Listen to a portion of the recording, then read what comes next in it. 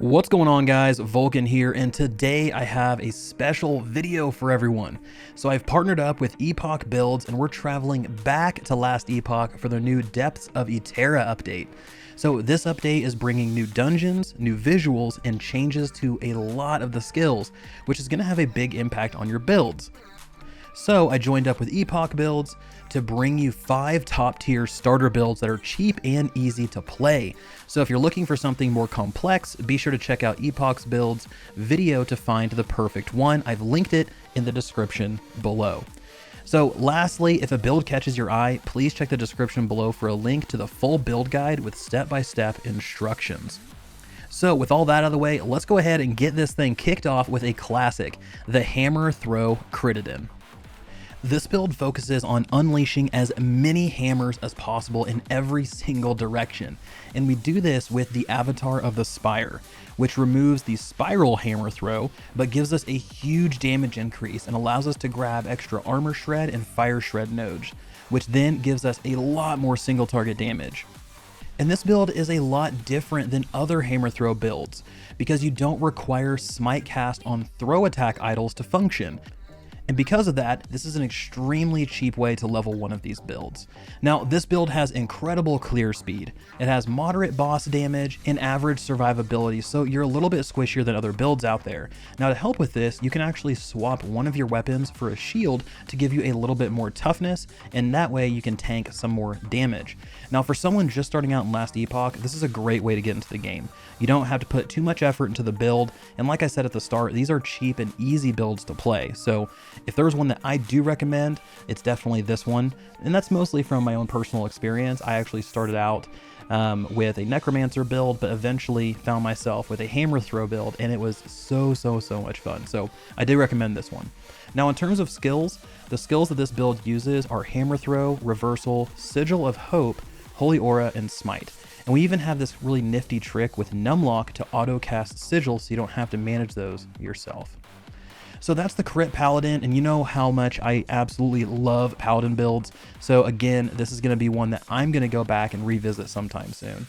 So I want to talk about our next build, and this is one that focuses on the newest Druid skill called Upheaval. Now, I love the way this skill works. I remember when I saw the little teaser gif of it, and it really spoke to me. So this is one I'm very excited to shine a light on. And that's the Upheaval Explosion totem. So if you love transforming into a werebear while harnessing the power of Earth to completely just crush everything around you, then this build is definitely right up your alley. The Upheaval Explosion totem druid focuses on summoning groups of thorn totems to dish out continuous damage. But the real magic comes from when you use maul on those totems. So with all of the right choices, mauling those totems will cause a huge AoE explosion, dealing big damage to anything nearby. Now, one thing to keep in mind with this build is that it might take a little while to reach a point where things kind of feel smooth, so you have to find these Thorn Totem on hit idols. Now, once you have a few of those, things should smooth out pretty quick and you shouldn't have any issues. So overall, this build has incredibly strong clear speed, incredible boss damage, and incredible survivability. However, the damage itself can be inconsistent at times, so really there's a little bit of RNG to it for summoning your Thorn Totems, but beyond that, it's still an incredibly strong build, especially to start out with. So let's keep things moving along and talk about one of the most powerful builds that I've seen in Last Epoch, and that is the Toxic Umbral Blades Cutlass build. So this build is all about throwing Umbral Blades to stack poisons as quickly as possible. That way you can deal tons of damage over time to groups of enemies. And then here's the kicker. Existing blades will explode, dealing even more damage in an area. So if you're someone who loves AoE builds or kind of like a run and gun style, this is something I would definitely check out. Now overall, this build has average clear speed, incredible single target boss damage, and very strong survivability thanks to being able to easily cap out Glancing Blow and Dodge. Now in terms of your skills, you're going to be using Umbral Blades, Puncture, Shift, Decoy, Dusk Shroud, and Acid Flask. Now there is a little bit of play between Shift and Acid Flasks. You're not actually throwing flasks, but instead going through and making some investments into Shift will allow you to automatically cast Acid Flask. So that's something to keep in mind. Now next up is a community favorite and one that I see all of the time, the Devouring Orb Void Knight. Now this one's been a staple for a long time since Last Epoch reworked that tree a few years ago. And since then, it's been near the top of the build hierarchy. And honestly, I don't see it slowing down anytime soon. Every time somebody comes into Last Epoch, they always find themselves in some sort of Void Knight build. So let's go ahead and break this one down. The Devouring Void Knight focuses on applying and consuming a dot called Abyssal Decay, and this is going to be used to deal huge amounts of damage. Now, this build takes advantage of Leech and uses Abyssal Echoes to apply Abyssal Decay, and then it uses Devouring Orb to proc and consume those dots, dealing tons amount of damage. So it's a really fun build, and like I said, it's become very popular over the past year. Some folks opt for Void Knight Whirlwind, while others, like this build, love the kind of ranged melee hybrid that Devouring Orb brings to the table. Now, one of the key elements of this build are the Void Rifts. Now, Void Rifts are created when an Abyssal Orb hits an enemy, and once these appear, they'll deal damage and ignore lots of the enemy's defenses, which makes clearing much easier and you're able to deal much more damage. So overall, this build has incredible clear speed, strong boss damage, and average survivability. In terms of your skills, you're going to be using Reversal, Abyssal Echoes, Devouring Orb, Anomaly, and Sigils of Hope with a Void proc. Okay, so let's talk about our very last starter build, and that's another Druid one. Now, this one brings some really cool synergy to clear maps quickly, and it does it without taking too much damage.